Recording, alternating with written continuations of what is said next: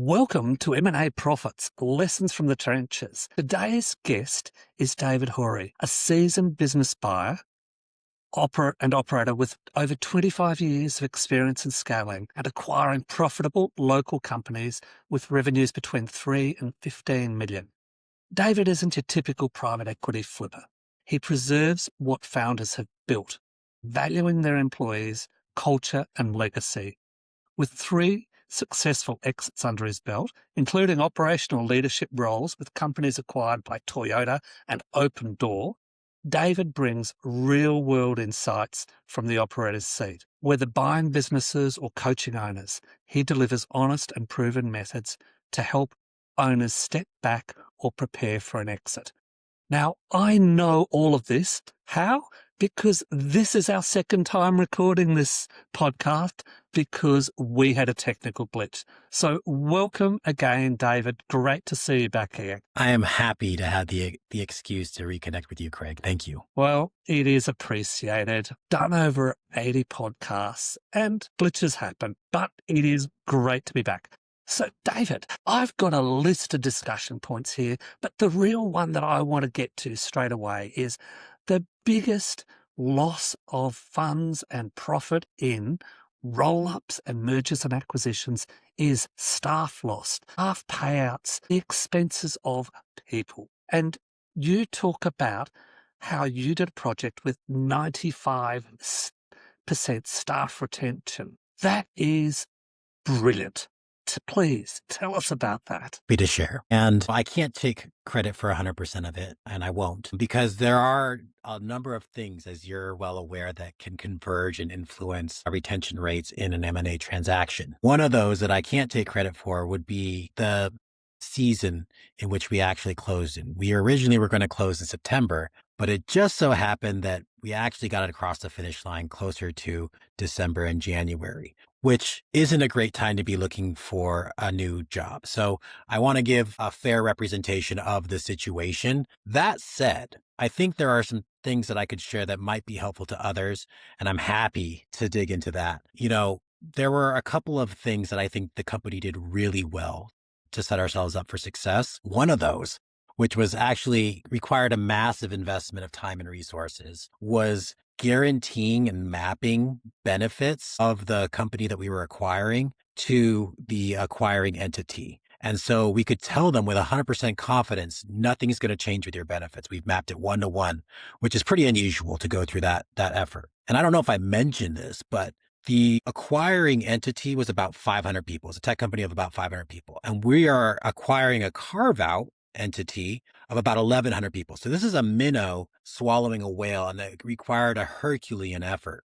So that was one thing that I think just was foundational to not making any ripples that give people pause or a reason to look to jump ship. Beyond that, the founder of the entity that I was a part of had this idea of creating culture ambassadors. So the company has a really strong culture.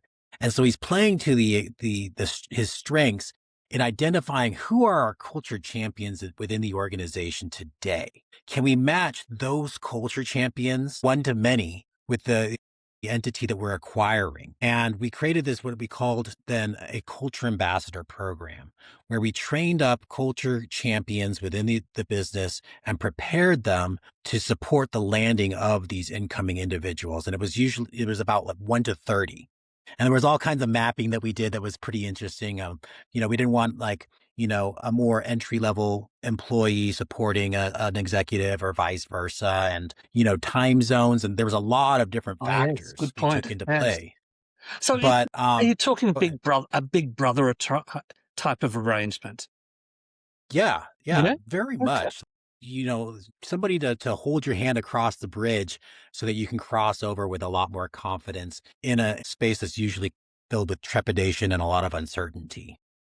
And I I've like done that. those Big brother. carve-outs before, and those people that are coming across, there is a feeling of rejection there, that they're not worthy, that there's something wrong with what they've been doing, that they've had to be got rid of. So that sort of ambassadorship, that's a really good idea as to how to make them feel part of the family, so to speak.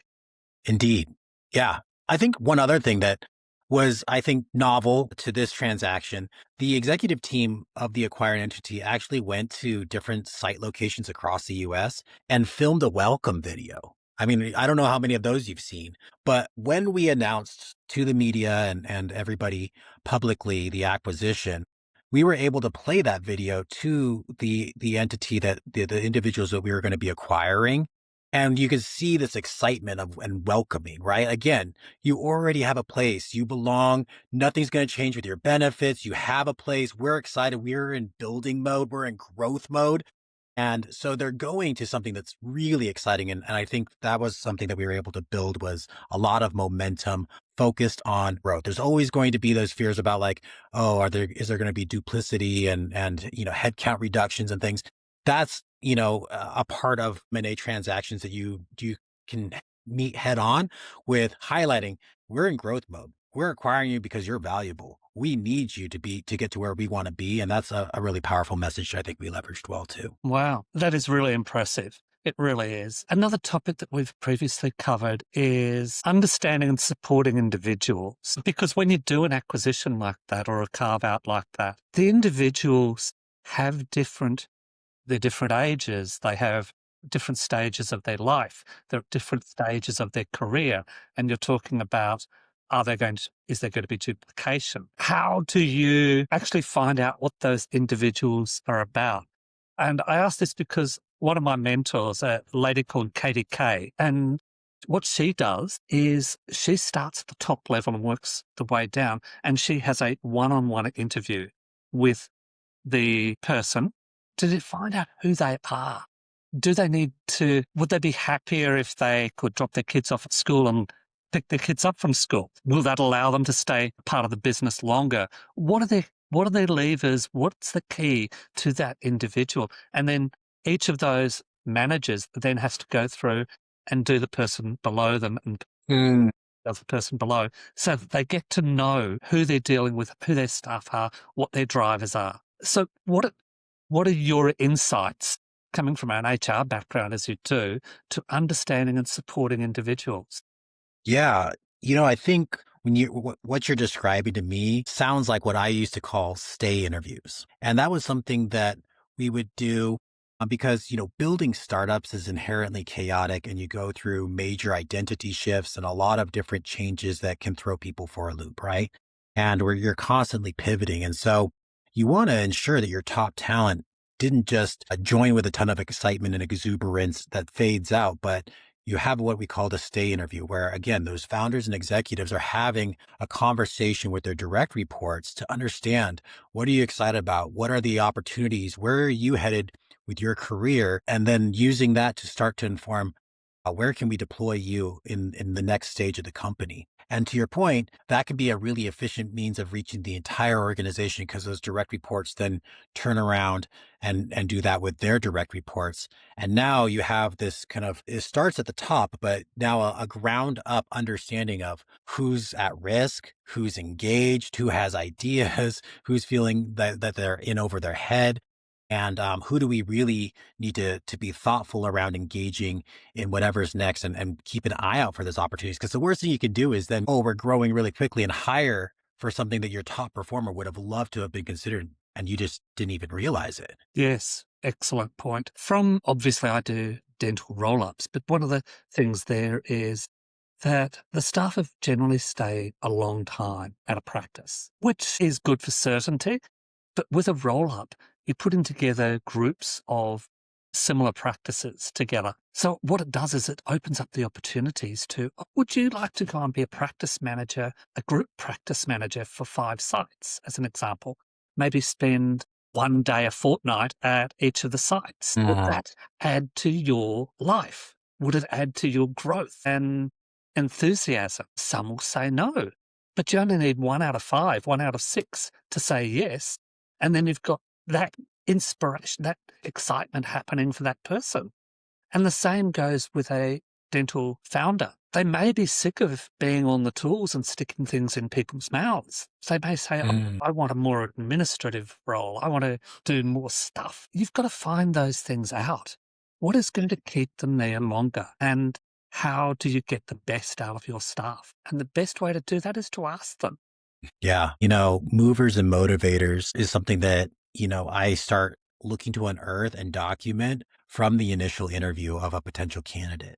But it's important to keep track of that because that's a moving target often as the business shifts, as people mature and develop, as they start to gather data points of like, oh, I thought I was really going to like this aspect of my job, but I don't. And one of the advantages, I think, to my approach, which people have called me anti-private equity. I'm not anti-private equity, but I tend to be associated with the opposite of it because I am looking to acquire a portfolio of businesses for the long term and recognize the benefits that you were just highlighting of if you have a portfolio, people can go and switch within that portfolio and you're still Mm. retaining the value of that individual, but engaging them in a fresh new way. And they're taking insights into a new area of the business. And that's tremendously powerful. And to your point, drives engagement. It is because we spoke about 95% retention rate on that project that you did. The average loss during an M&A is somewhere between 20 to 25%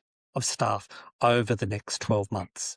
That's a huge financial cost as well as intellectual cost to the business. And it is what makes a lot of projects not achieve their financial goals for an acquisition. So if you can keep these people there and you listen to this podcast and you start to focus on the people and how to retain them, some of them it's going to be financial. They've got needs.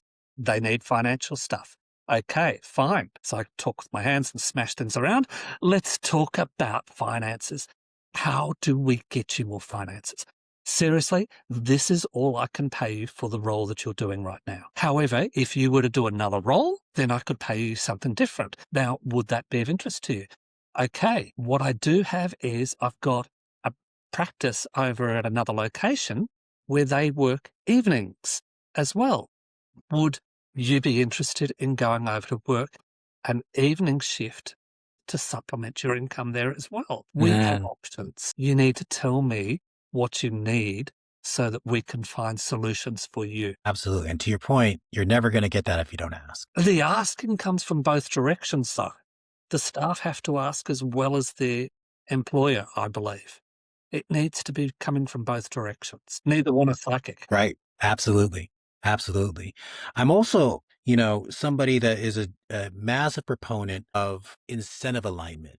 And we're only limited by the amount of creativity that we can bring to bear to a problem. And so if I know that somebody is really financially motivated or, there's a circumstance that they're going to take their talent wherever their financial needs are going to be best supported. I like to look long and hard, not just throwing more money at the problem, but how can we maybe restructure things in a win-win situation where we're creating value, not just giving more money to them, but restructuring it. We can do that. Let's tie it to an outcome that massively helps and supports the growth of our business in a meaningful way for us and can pay for that financial increase, not just giving it. Does that make sense? It does. People are salespeople in everything that they do. Is there some way that their remuneration could be supplemented via some sort of a sales goal as well? From a dental practice perspective, doing roll-ups there. One of the things is I say to people, I make everybody's dreams come true in doing the roll-ups because I try and find something to excite and make people's dreams come true. One of those might be, okay, what about you become a shareholder in this? I want you to stay not just for the 3.5 years that I'm doing the roll-up, but I want you to stay another 3.5 years after that. So a 7-year commitment, but I will commit at that first 3.5 year point that you will get so many shares. You will get such a percentage of the business. Yeah. However, absolutely. if you leave, if you don't achieve these results, then you don't get the benefits at all. So that's another way of incentivizing people and giving them something at the end. Yeah, absolutely. There's so many different ways to incentivize it. And it just takes creativity and understanding what are we solving for actually? Because if it's easy to say it's money when it's a bad manager. Yes. And bad managers are out there. They really are. And they're the ones that need to be weeded out. I Yeah. recently had an issue where I was getting my smoke detectors checked in my house, Mm. and the company failed to turn up 5 times. I booked an appointment on their calendar system. They failed to turn up 5 times. They'd go through all the reminders, all of that sort of stuff, but they didn't turn up. And I literally rang up and spoke to the customer service manager, and I said, well, this is your fault. He said, I'm going to talk to my staff. I said, no. I said, this is your fault. I said, this is a cultural thing. I said, and the only way that culture develops is from the management down. So I said, no, you go and you kick your own bum. Don't blame your staff. You take responsibility for this. So yes, bad managers are out there. There is something exciting that I did want to go into, and I regret that people missed our last podcast, but we came up with a new concept that I have never heard of before, and I committed to you that I would really like to write an article on that topic with you. So I've got started on that article already as a result of that. But we came up with the topic of an exit box. Now, everybody knows about a buy box for when you're going out looking for an acquisition, looking for an organization to buy, that you're looking for this, this, this, this, and this. And we have buy boxes in everything that we do, from Christmas presents through to partners. Now, we know about the buy box, but the exit box, we discuss a concept there about what are they going to be doing in 2 years' time? What are they going to be doing after they exit? And how do we play to those motivations, to those goals that the founders have? Because I have seen too many founders exit and then be lost because their phones stopped ringing. They're not having to go into the office every day, and there is a sense of loss for them. And as the exit gets closer, that loss becomes more of a reality to them. So, exit box. What are your thoughts on the exit box idea? I love it. When I am talking to a business owner, generally in the first conversation about potentially acquiring their business, if I have, a sheet of questions that I'm looking to kind of cover in the first meeting, 2/3 of that is going to be really aimed at understanding them, what's, again, the movers and motivators for them. And some of those things that fill in this exit box are, to what degree is their identity tied to the business? To your point, some people, that's all they know. And, changing the name of the company post acquisition would be devastating, or, overhauling it in a massive way would crush the identity they've built. And there's a real risk that, to your point, as the closing date looms closer and closer, and they have to be confronted with, tomorrow I have nothing to do, and this is all I've built my life around, to them not showing up to the signing table. So it's really important to unearth that early on. Some other things that I tend to look at, do you have any strong feelings around the customers, around the team, when what happens to them? How are they handled? To what degree does legacy play a role in your decision to sell? And so these are all things that I think start to fill in the gaps there. And then there's some people that really, they can tell for an hour about all the hobbies that they've been wanting to do, and things like that. Every family milestone that they've missed that they're going to never miss again. There's others that have absolutely no clue what they're going to do post. Those are the ones that you have to really, really look out for. If they've got those hobbies and those things that they want to achieve, ask them to invite you along to those at the end. Become part of their life. Mm-hmm. Go along to their recital or their golf tournament and get them to invite you along to it. And that shows that you have an absolute interest in them, and you are part of their journey, part of their achievements, not just during this project, but post the project as well. Mm-hmm. And that's really important, to be part of their ongoing life as well. Absolutely. Absolutely. In fact, if I hear something like, I've always wanted to take a trip to Spain. Well, you don't need $5 million to take a trip to Spain. Like, let's send you to Spain, and let's do that let's have that scheduled on the calendar post close. Like, you know, where you close, you have a celebration dinner, you wake up the next morning and you are on a plane to Mallorca. And we've already painted that picture, and like, let me do that for you, right? Like, Yes. we're only limited by our creativity. You are so on there, David. You really are. Get that booked in. Give them something to achieve.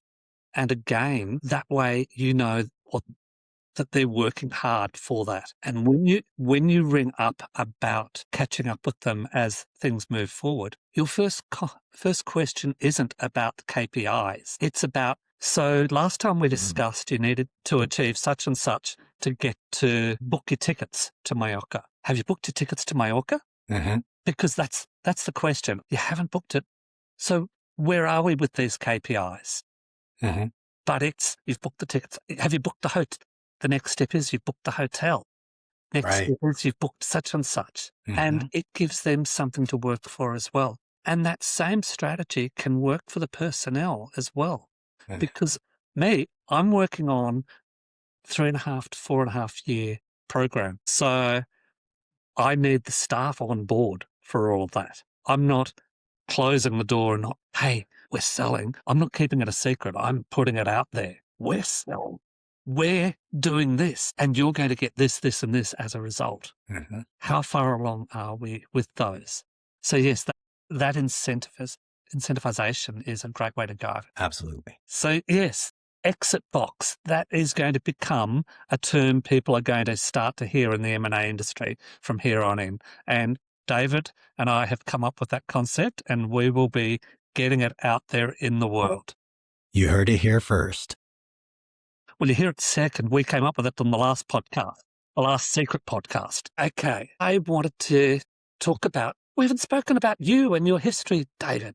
Tell us all about you, please. I should have done this at the front, but yeah, tell us all about you. Sure. So I'll probably just focus my answers to the most recent 10 years because I had a career in hospitality and big corporates. Ultimately, what I found, though, is I thrive in fast-paced environments where innovation is not just welcome, but required, and where we're building so quickly that nobody's looking over your back to see like what you're doing and how. And that's the world for me of VC funded startups. So for the last 10 years, I was in the world of mostly VC funded startups. And God blessed me tremendously in that he partnered me with 3 different founders who didn't just have vision and funding, but something that we could really scale into something meaningful that ultimately resulted in 3 exits in 10 years as well. And there is no substitute for the learnings that happen in such a compressed environment where you're just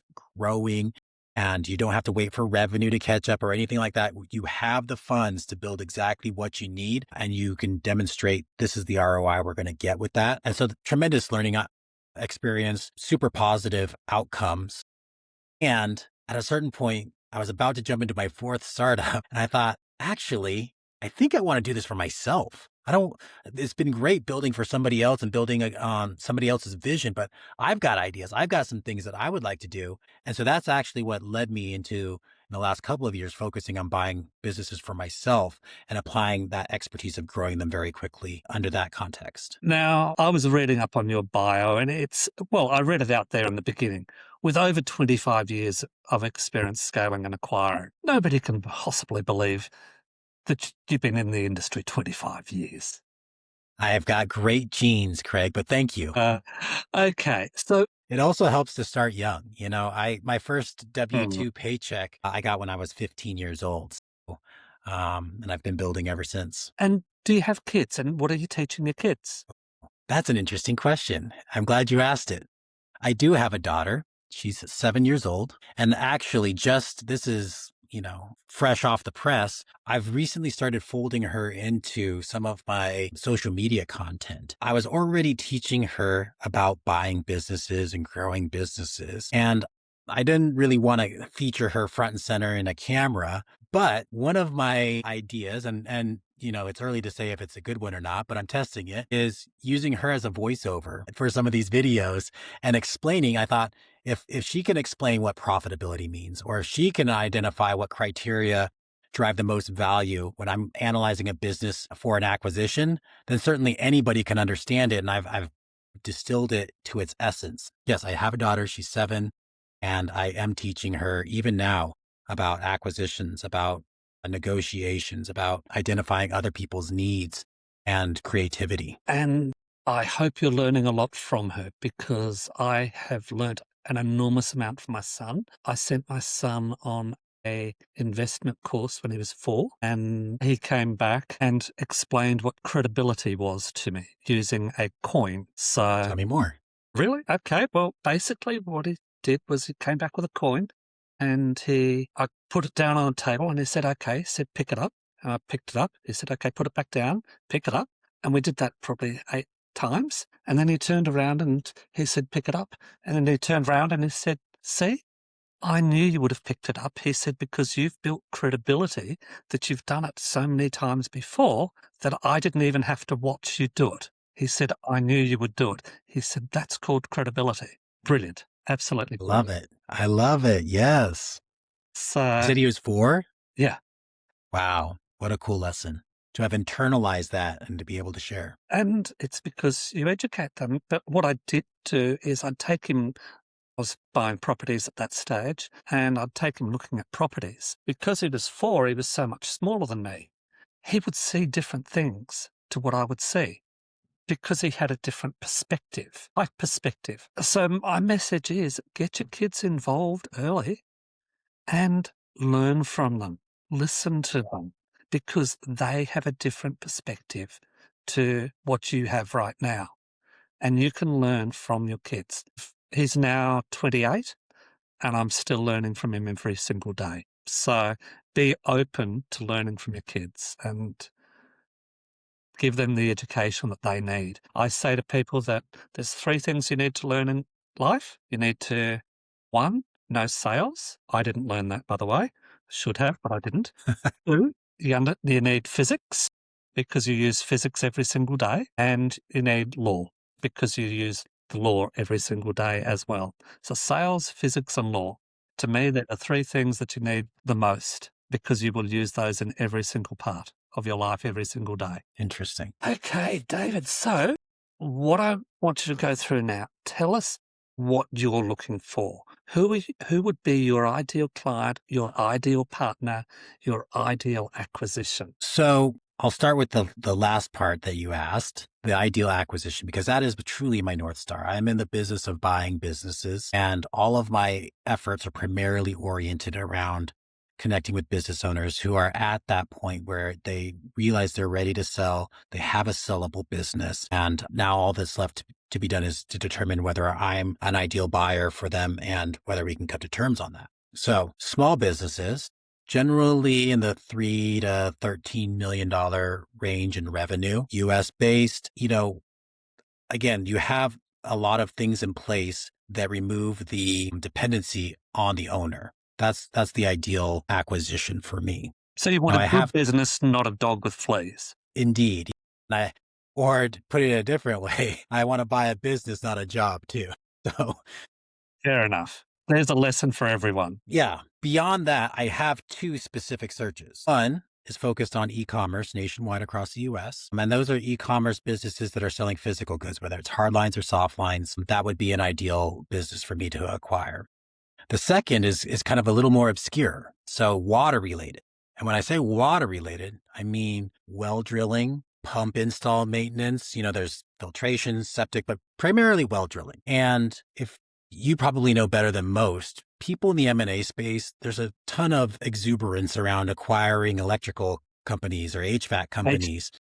Yeah, HVAC's a huge one. Private equity's in there. Main Street buyers are trying to snap them up. All the reasons, and there's great reasons why PE and other buyers are looking to buy HVAC companies, apply to a well drilling company, but there's just so much less competition. And so, it's a fragmented market. It's overlooked by technology. There's no succession plan, right? So there's a tremendous need. And I have a partner that's a 3rd generation well driller, actually, that we're doing a roll up in that space. So those are the 2 ideal acquisition targets. I have incidentally and accidentally and kind of unwillingly gotten into the consulting coaching space of business owners, but it's a a byproduct of I was having so many conversations with business owners about buying their business, but I was recognizing I don't actually think selling is in your best interest. And I never want to just buy a business for the sake of that. I want it to be a win-win situation. And when I meet a seller that, say, for instance, has just been stuck, they've tried everything they can think of and they just can't break through the $3 million revenue ceiling. So they're like, I guess I'll just sell. I don't know what else to do. That's a terrible reason to sell. Let's look at potentially giving you frameworks or making a key hire or partnering together on the business to get you to that, so that you can really get to where you want to go if selling isn't the optimal situation for you. So I don't really advertise that, a piece of it, but those are the kinds of clients I work with people that have ideas, they have gas in the tank, they're just stuck. Okay, excellent. Well, David, thank you so much for coming back and doing this podcast. It's totally different to the previous one. Sorry for everybody else, but anyway, I enjoyed both of them. So thank you very much for that. And is there anything else you'd like to say just before we go? I do, just real quick, we'll put a plug in. I'm very active on social media with Instagram, with LinkedIn primarily. And so if you wanted to follow along the journey on Instagram, I'm sharing the best things that I have experienced along the way for free. And I'm really passionate about helping business owners. And so if I can help you, reach out, DM me. I'm happy to share frameworks. I'm happy to share things that I look for and criteria. So I'm on Instagram, Topline Ops, TOPLINE. We've got it all covered in the next frame. Perfect. Yep. Awesome. Perfect. Okay, well, thank you for that. It's great that you made that offer to the audience. It would have been nice for you to make that offer to me as well. But okay, I'll take that on the chin. That's fine. Yeah, there won't be a third one with this sort of approach, David, by the way. Well, Craig, I'm here to soak in all of your secrets and expertise. That's why you didn't get the offer, because I'm in the learner's seat here. Well, I think we've already started. I think we discussed this beforehand. Before this, I had already given you a full background check on what the world sees of you. I think, well, we're doing an article together, so that'll be great. We've got this happening. And I think I also did some LinkedIn stuff for you as well.